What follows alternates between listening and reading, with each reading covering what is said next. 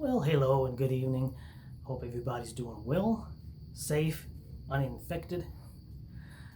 Well, it's after dinner. Of course, I'm outside. Dogs are out. And, of course, enjoying a smoke on the porch. What you doing, dog?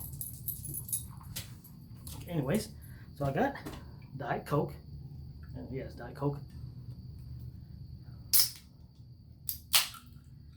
All right. Got my water. I don't know if the neighbors are still out. The backyard light is still on, but I don't think they're outside. At least the parent might be outside, but the kids are probably inside.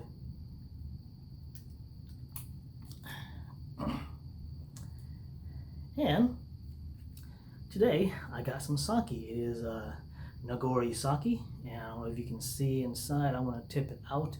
It is a let's see here if I can. Well, anyways, it's basically a it has a nice aroma. It's not a some people describe sake to maybe have like a floral. To me, it's more of a fruity, ricey type of aroma, and tastes really good. It is sweet. Nagori sake is a of the sake types. It is the sweet. It is the sweet type. It has it's considered unfiltered, so it's gonna. So if you ever seen sake, if you ever been to the like the sushi restaurant or to the liquor store, and you pass by the sake section, you see a bottle of sake, and there's all this white thing at the bottom of one of the sake bottles. It's not because the sake's gone bad. That yes, if sake goes bad, let's say because sake normally has about a 6-month shelf life. So after the brewery, bottles it and ships it out to the store, it normally has like a 6-month shelf life before the seller needs to sell it. And normally, if sake goes bad, what I've read is that you start getting sediments at the bottom. So that's not it. That's the in case of Nagori sake, the white particles that's at the bottom is actually unfermented rice that has been allowed to pass through. It is actually filtered, but it's not filtered completely, so that they let some of the smaller rice particles through the filter, because I think sake is filtered a few times to get the clear water or the clear juice, the clear wine. Yeah, sake is a wine, by the way. It is not a whiskey. It is not it is not hard liquor. It's not a rum. It's not a whiskey. It is rice wine, so it's not wine in the essence that it's made from grape.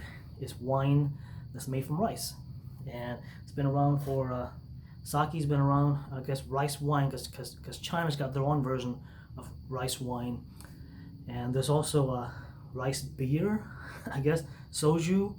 I guess soju is rice wine too. I don't think it's actually a beer. Yeah, but soju is if you can find some here in the state. I know some liquor stores carry soju. You have to go to the beer section to get soju. And that's like a cheap Korean rice beer or rice. Well, I guess they sell it in the beer section here in the U.S. and I think in South Korea too. And anyways, let me get to the right. So today I'll be smoking.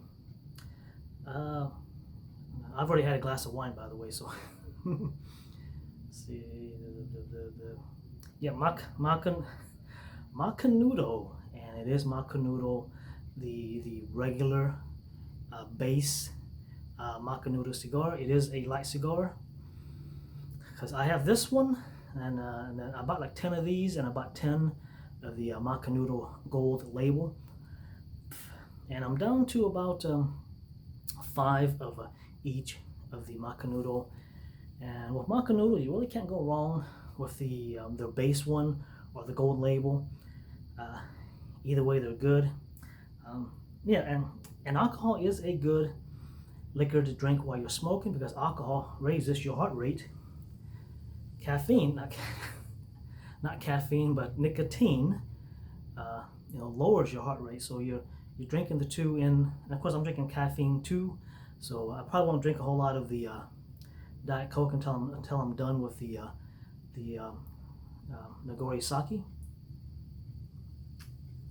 And yes, it is just like wine. It is meant to be sip. It is not meant to be chug or gulp like whiskey or beer. Beer is meant to be chug. Whiskey, I guess if you take a shot, you're gulping it. And yeah, you can do sake mixed drinks. I just prefer to drink it. I do have the vase, the sake vase that you pour your sake in, and I do have the sake cups. I got it from Daiso, and it was pretty cheap. You can get the vase to pour your sake and the sake cups for like $6. So if you don't feel like ordering online, which is going to be expensive,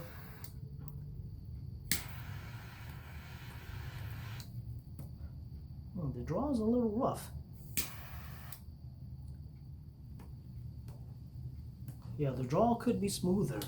I don't know. It's check now. Now the humidor this came out of the humidifier showed about 72 humidity, and that's still okay. But to me, that's a little high. So this might be just a tad little too humid.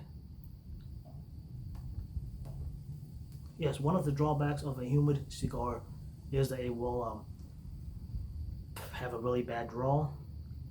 Of course, a dried out cigar will have a really smooth draw, which of course burns also has a higher. You're burning the tobacco quicker, so the smoke's going to be hotter too. So you'll be burning your tongue and mouth.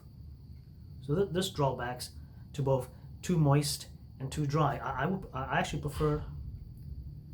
It's the neighbor's poodle. I actually prefer a cigar that's a little bit on the drier side. So get some water. Looks like the neighbors are still out in their backyard.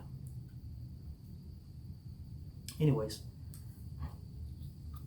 yeah. So now the brands I recommend pretty much any Nagori sake. Don't really matter the brand. The two that I've taken a liking to is Kurosawa and the Tozai. I'm probably pronouncing those. Kurosawa, I'm pretty sure I'm pronouncing that correctly. Tozai, I'm pretty sure I'm pronouncing that correctly too. Both of those are, of course, made in Japan sake. The Nagori that I got is, of course, brewed here in the U.S.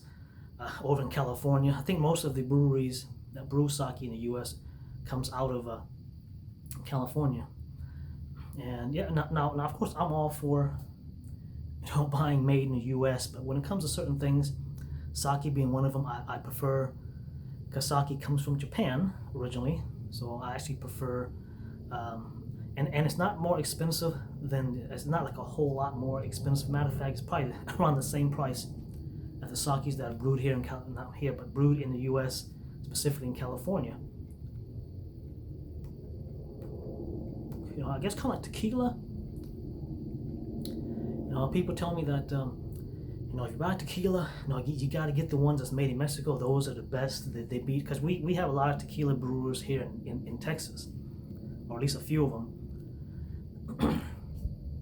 And people are like, man, you got to get the ones that's brewed in Mexico, because those beat the ones that's brewed here in the U.S.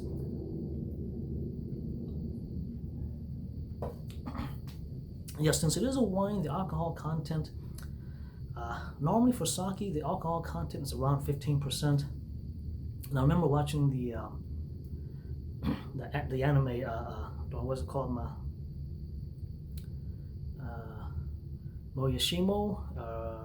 Moyashiman, and there was an episode on there that they quickly talked about why sakis are made to 15% alcohol. You know, I forgot what they said. It was something about there was a sake war, I guess, between the sake makers. Some were making them with a really high alcohol content, and those guys were outselling the guys who were making the low alcohol content sake. So they all came together and decided, hey, let's just make it 15%. A truce, a compromise.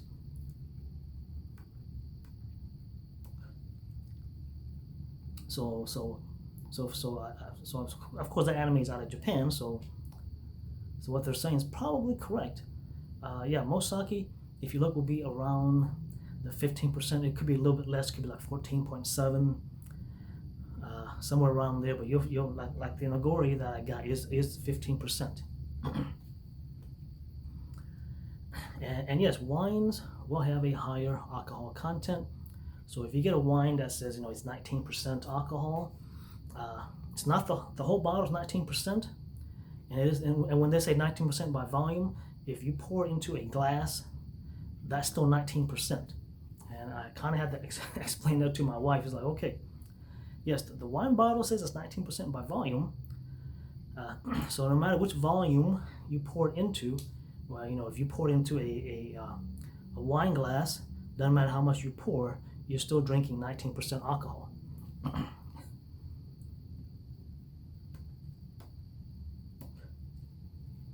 So yeah, so I got some more information. Of course,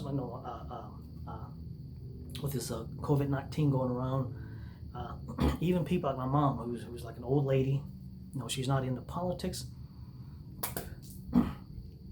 She's not into politics. She really doesn't vote. And of course, we're reopened here in Texas. So for Mother's Day, we took her out to a restaurant. She prefers not to get flowers. She's like, just give me money. Okay. She's like, flowers or just die. Just give me money.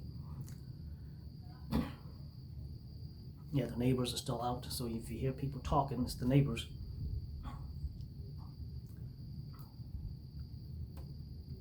So,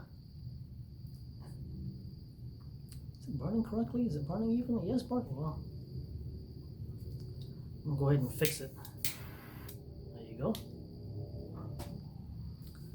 Now she's like, well, California's really, really bad. They got homeless people everywhere. There's drug needles all over the street. And I kind of had to tell her, Mom, this California, especially LA, especially San Francisco, has been like that for years. It's not just coronavirus. Now coronavirus may excel it, but I told her, the homeless and the drug needles in the street has always been in LA, pretty much all of California.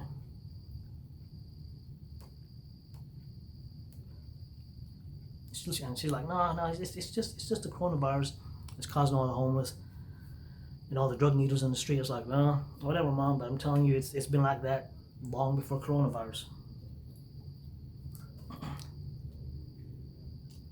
Yeah, so it's getting out even to the, I guess I'll call them the normies, like my mom. Get some Diet Coke. Even the normies are noticing the crap that's happening over in California. And of course, I think it was today's Tuesday. I think there's some sort of a special election being held in California and some other states. And I guess there's some congressional seats that are I guess up for re-election. So I guess these congressional seats maybe someone passed away or had to step down, and then they're having a special election. Yeah, the draw could be smooth. It's the draw is not too bad. And we'll see. I guess I'll check it tomorrow, Wednesday, and see who won that that seat, the congressional seat that came up for election in California. And yeah, and of course I haven't watched that Michael Moore new documentary about clean energy not working, clean energy being a scam. I've watched trailers or bits and pieces of the clips. There's really no need. It's still on YouTube for now, but for me, it's really no need to watch it because, you know, what he's talking about, I already know about. But there's a clip where it shows this. I don't know who the guy was that was on stage, and he was boasting that the show is being powered by solar. They said we got solar panels in the back, and it's all the power that's being supplied to this show is being supplied by those solar panels. And then it cuts off to the, I guess somebody was I guess backstage, and it shows these banks of solar panels, and the guy's like, man, you know, these banks of solar panels are only 16 watt. There's no way 16 watt is powering, you know, all these lights on the stage and around the stage and around the venue. And yeah, 16 watt ain't much, you know. Kind of comparison, you know, your average house light is 60 watts. You know, 16 watt might power one light bulb, you know, one house light bulb. It may glow kind of yellowish.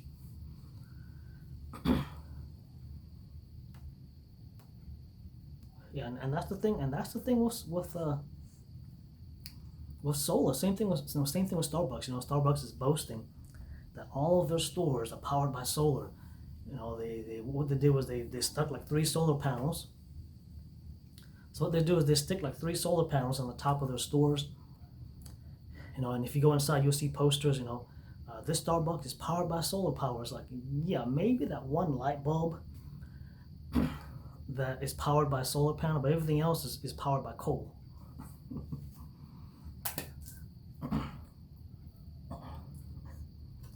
And of course, people who don't look into that information aren't going to know. They're going to look at that sign. Yeah, man, Starbucks is so good. Starbucks is so clean.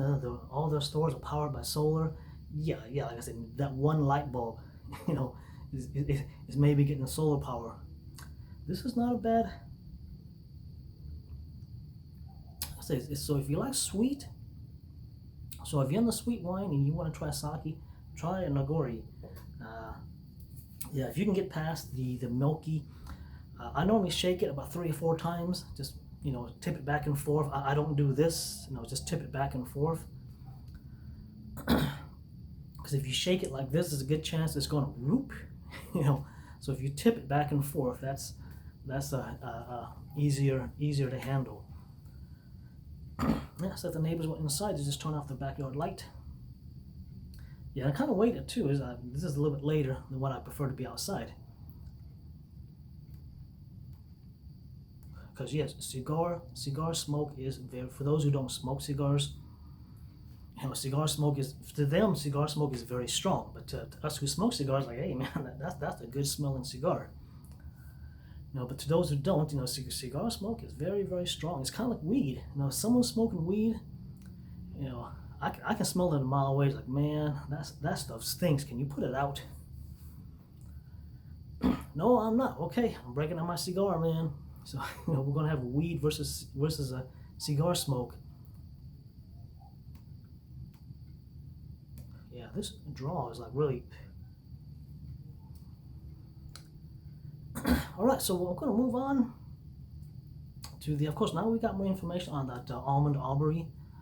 You know, when I did the first video, what I went by was the 10-second video where it showed the guy with the potato camera driving up on him, and he's rounding that curve. And then of course we see him running up towards the white truck. You see the guy standing outside with a shotgun in his hand. He runs up to the truck. They get into a scuffle. There's 3 shots, and he's dead.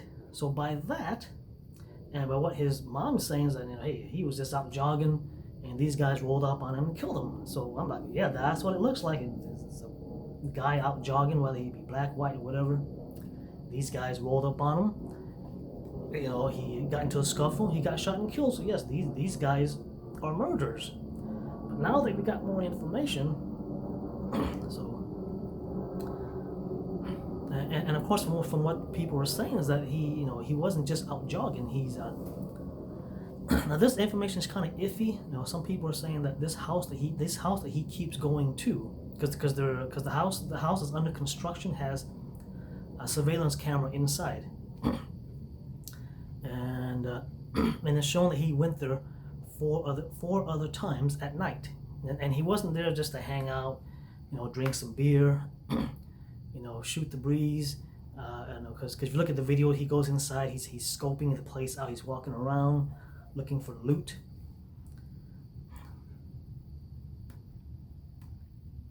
And of course, some people are saying, hey, maybe the guy just likes going to construction sites. No, man, he's there to find loot. And then someone was saying, maybe he's an urban explorer. No, he's not an urban explorer. He didn't know. And yes, there are some YouTubers who are urban explorer who will go to. Normally, those guys will go to abandoned buildings, abandoned mines, or abandoned sites. They're not going to go to some under construction house.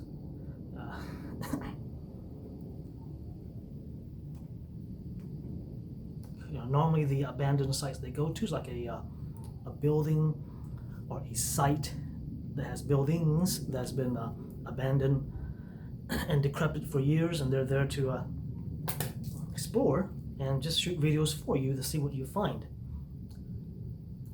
And then the video of the day that he got shot is it shows him wearing the same clothes, going into the house, and supposedly it wasn't just a video, but a neighbor came out and saw him go inside the house. He's walking around. 3 minutes later, you see him going out the front door, and one of the neighbors just happened to see him come out that front door. So it wasn't a and again, this wasn't a they think this guy is the guy that's been trespassing. They have him on video, and they have a neighbor who saw him come out of the house, which is trespassing. And I guess in Georgia, they consider that second degree trespassing, which is you keep going and you keep going there, you keep going back. So I guess if you go to someone's house or whatever, that one time, that's I guess trespassing. But if you keep going back, I guess they consider that second degree trespassing.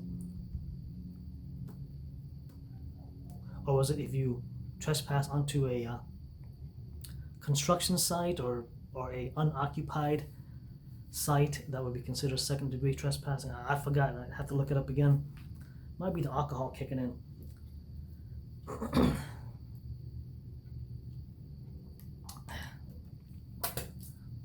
So yeah, so that's when the father and son team grabs their guns, because they don't know if the guy's armed or not.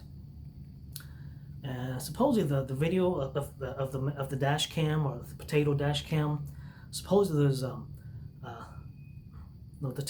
10 second that we saw, supposedly there's more videos up to that 10 second that was released. And what's that noise? I don't know if there's another thunderstorm rolling in tonight. And supposedly there's more videos up before that point where it shows him dropping what people were saying is a hammer or some sort of a hammer that he may have taken from the site. He dropped it, and then he ran into the street, and that supposedly he had a confrontation with the father and son further down the road, and then he took off running, and supposedly they drove past him and stopped in front of him in the middle of the street. And that would make more sense, but until I see that video, I'm not going to, I really can't include that part. The only thing I can include is the parts that I've seen, which is the video of him being illegally trespassing in that house, taking that hammer. So of course I haven't seen the video of him dropping the hammer and the video of them having the altercation before they went around that corner. So as for the mileage, some people are saying that that location where that under construction house is about 12 miles from his house. And if he is walking or jogging to that, just to go and trespass into that house that's under construction, 12 miles is no joke, and that's 24 miles round trip. If you ever ran a marathon, a mini marathon is considered 5K, and 5K is a little bit less than 10 miles. That's a mini marathon. A full marathon is about 20 miles, which would be of course 20 miles. The whole course is 20 miles. That's considered a marathon. So you're telling me this guy is jogging a marathon those 5 times? Because like I say, he went there 4 other times at night to that under construction house, and then that day, what is, if he does live 12 miles away, what is it that's getting into his mind, going, man, I gotta go check out that under construction house. I know it's 12 miles away. I ain't got no car or whatever. Maybe he does have a car and he parked his car down the street, then went up to the construction site. So yes, and the news keeps calling the guy a kid. He's 25. He is a grown man. Just call him a man, okay? He's 25. Yeah, and I don't think he walked or jogged there. Either someone dropped him off, or he has a car. He parked it down the street, and then went into the house, because to me it's even if the guy had a mental issue, or he's mentally unstable, that's still, I mean, it's 12 miles away, man. 12 miles is no joke for someone to be walking or jogging. Even people who does, I got friends who does,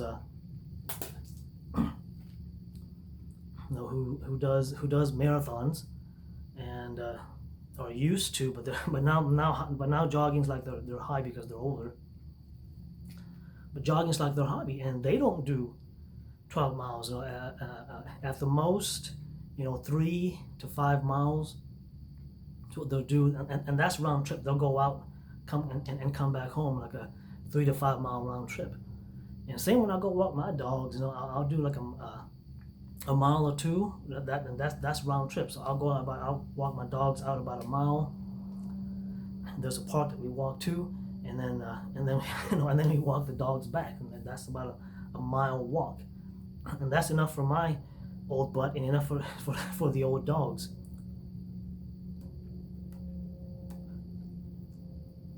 And you have to think of the time too.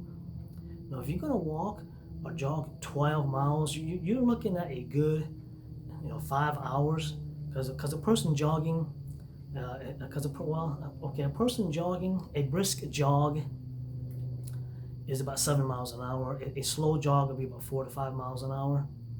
A slow walk is about a regular walk is about 2 to 3 miles an hour. And someone jogging is about 5 to 7 miles an hour. So if he was jogging the 12 miles, that's about a good 2 hour, 2+ hours for him to be jogging to get up to the house, and then another 2+ hours to jog back home. Like I said, even avid marathoners don't do that. So I have to change my view that the guy's not a jogger. He was out there. Either a friend, or he drove himself up there. He was up there to scope out that house that's under construction. And I guess people were mentioning that that there was 3 or 4 break-ins in that neighborhood. So it turns out there was only 1 break-in in that neighborhood since the beginning of the year. And I'm assuming, and this is just an assumption, what those people were referring to was him going back to that house 3 or 4 times. It's because again, there's security camera videos of him, so videos don't lie. Well, videos can be doctored, of course. Now, in my opinion, yes, there were 3 idiots. 1 is dead, and two, are possibly facing jail time. Now, my opinion on this, having known all this information and having rethink it, I don't think the father or the son, and yes, it's come out that the father attended. He's not a Ku Klux Klan member, but they're saying that he attended a Ku Klux Klan rally. But they're saying he's really not a member. He just happened to attend one. I guess maybe a buddy was like, "Hey, man, come up. We got some barbecue and free beer." Oh, free beer? Shit, I'm there.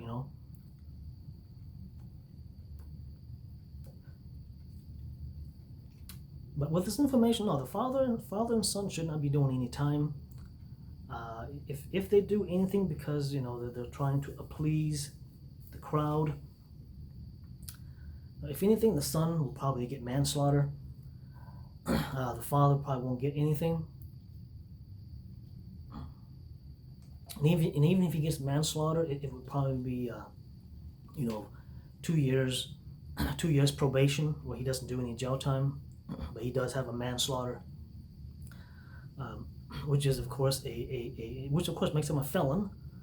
But he does, but I have a feeling it's going to be something like that. If he gets any charge put on him, it's going to be manslaughter, 2 years probation.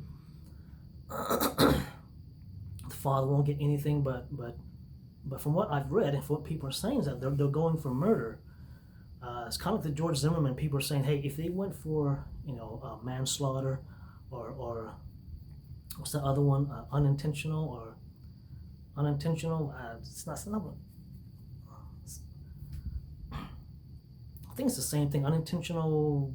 It's not unintentional. I'm trying to think of the worst. Unintentional homicide, manslaughter. But it's yeah, kind of like the George Zimmerman. They're saying that if had the prosecutor not go for murder, and went for a lesser charge, they probably would have gotten him, but they went for murder, and of course he was acquitted on that, and you can't recharge him.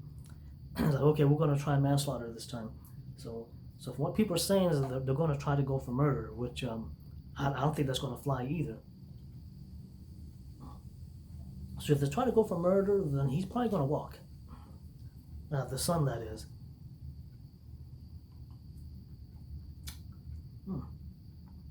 That is a good sake.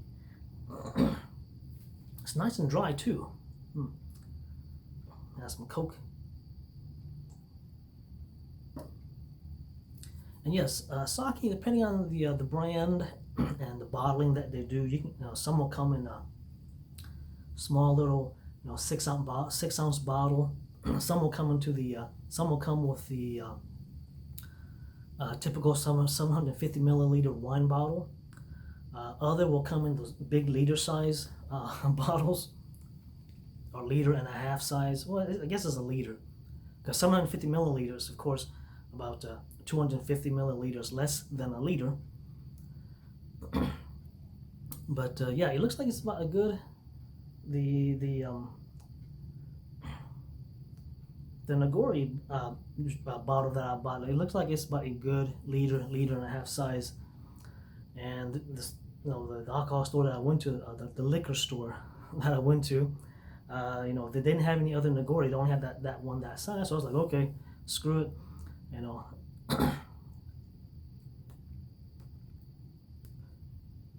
Yes, and of course in the UK, because at least here in Texas, the government, made it to where, liquor stores, wine stores are considered an essential part or an essential business. So liquors and wine stores throughout the 2-month lockdown now, 2.5 month, were allowed to remain open, and they're doing brisk business. I'm telling you, because maybe the first month nobody was buying any alcohol, but since then the sales of alcohol has spiked.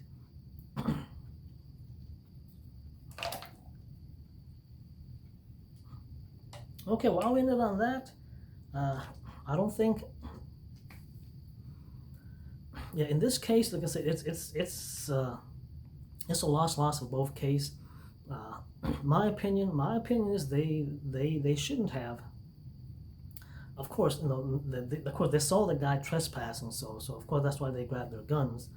But they shouldn't have confronted the guy. They should have, kept an eye on him. But I have a feeling where he was running to is he was probably running to his car, and that's probably why. Because they're like, hey man, he's running to his car. Again, that's an assumption. I don't know. Again, someone could have dropped him off. I doubt he jogged 12 miles to that under construction house. And if he drove there, it could be that the guy was like, hey, look, man, he's gonna make a run for his car. And if he gets in his car, he's gonna get away. In that case, all you gotta do is let him run to his car, take videos, pictures of his cars. When the police arrive, or you can even follow him. Tell him in your truck. And call back to 911. Hey, the suspect's in his car. It's a so and so color. Here's the license plate. He's heading. Because when you're telling someone, you don't have to be right up on their ass. Especially if they get up on the highway. But of course, if they're in the street, you kind of gotta be close to them, in case they go through a light and it turns red. But yeah, you can call back to 911 because they called 911. The guy who called 911 was the guy that was using the potato camera. Yeah, I'm like, man, this is 2020, dude. You got a cell phone camera from 2010. Hell, even cell phone cameras from 2010 take better photos than that. I'm like, this video should be at least in 1080 or something like that. It's like the authorities had to actually clean up and enhance that video to even make it to where you can see what's going on. It was so grainy. Like even my cheap made in China dash cam shoots a clearer video than that potato camera that guy was using. But either way, he screwed up by trespassing. They screwed up by confronting him with yes, I know in Georgia you are allowed to open carry, but they the hash fell down. Yeah, but they screwed up by because I was thinking to myself, hey, if I was committing a crime and some guys came up on me armed and they're not the police, I would probably number one run away, especially two guys with guns. If I get into a struggle, which he did, you better be armed.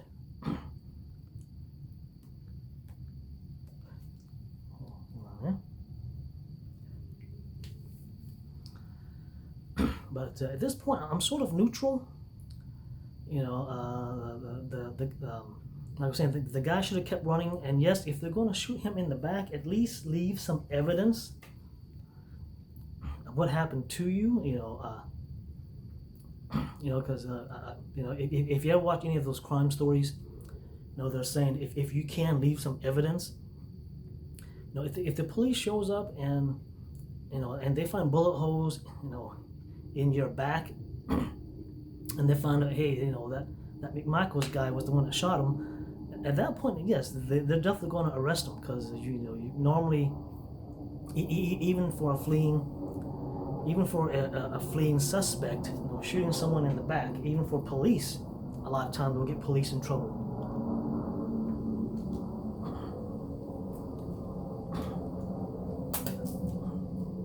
Yeah, spitting, smoking, drinking. I know it's bad habits, right? But I'll end it on there. I do thank you guys, and thanks for watching.